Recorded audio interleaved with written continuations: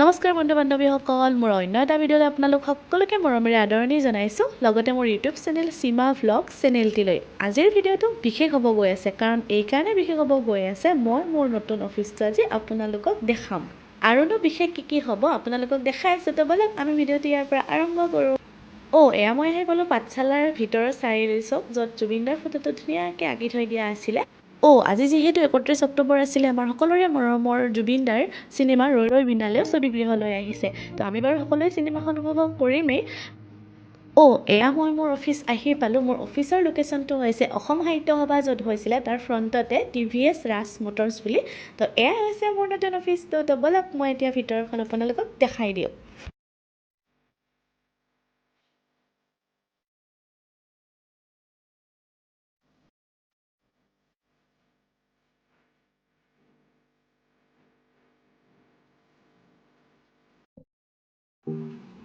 ইতিমধ্যে আমাৰ খানাৰ যোগাৰো আহি পাইছে। তো বলক আমি এতিয়া পাকঘৰলৈ যাওঁ।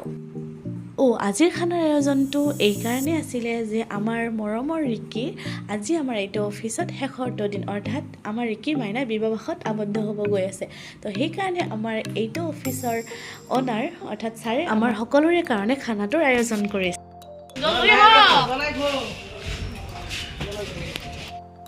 আমি তিনিওটাই ধুনীয়াকৈ যা যোগাৰখিনি কৰি দি এয়া চাওকচোন চিংৰা আৰু মিঠাৰ জুতি ল'বলৈ আহিছোঁ, আৰু এইটো আছিলে ৰিকিৰ ফালৰ পৰা আমাৰ কাৰণে।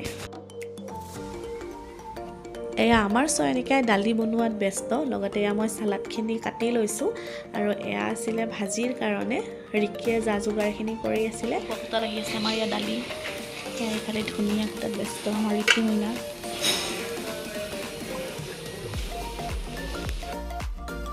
এয়া আমাৰ দালিটো ৰেডি হৈয়ে গ'ল, আৰু এইফালে আছিলে ভাতটো বাৰু অকণমান তলিত লাগি গ'ল, যিয়েই নহওক।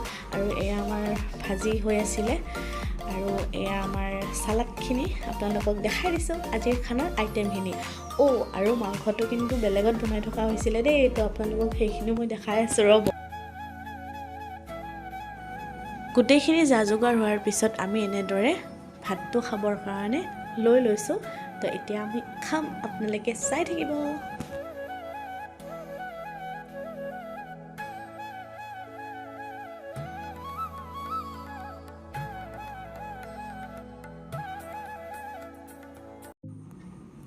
এয়া হৈছে আজি আমাৰ মাংস, পঠাৰ মাংস। এয়া চাওক কুকাৰতে লৈ আহিছিলে, কাৰণ বছে তেওঁলোকৰ নিজৰ ঘৰতে বনাই আমাৰ কাৰণে এনেদৰে লৈ আহিছিলে। বাৰু যিয়ে নহওক, এইফালে চাওকচোন খোৱা লোৱাৰ জুতি চলি আছে। কেনে আঞ্জা ভাত হৈছে না নাই দাদা?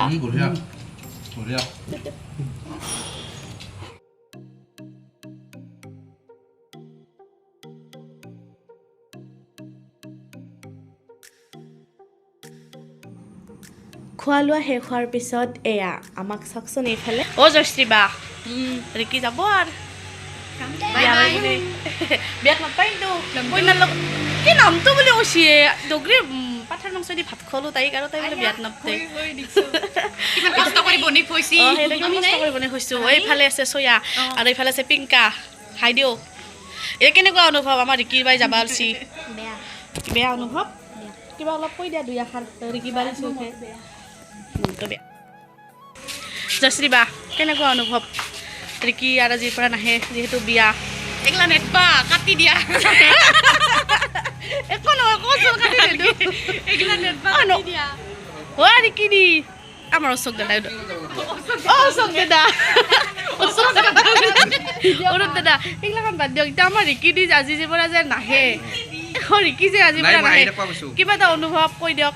অলপ বেয়া লাগব আৰু। আচ্ছা, মানে 2 বছৰে কাম কৰলাক না, তো 2 বছৰে লগ পালাক, মিছ কৰি বহুত। আৰু আমি কন্যাৰ লগত যাম তাই। ঠিক আছে বাৰু দিয়ক। আমাৰ অশোক দাদাই যে কান্দি কান্দি বেহুজ হৈ গৈছে। অশোক দাদা কিবা অলপ মেন ৰিকি যে যাব আজিৰ পৰা নাহে। কেৱল মানুহটো ফিজিকেলিহে যাব আমাৰ পৰা, তাই মৰম, তাইৰ ভাল পোৱা আমাৰ মাজত সদায় থাকিব।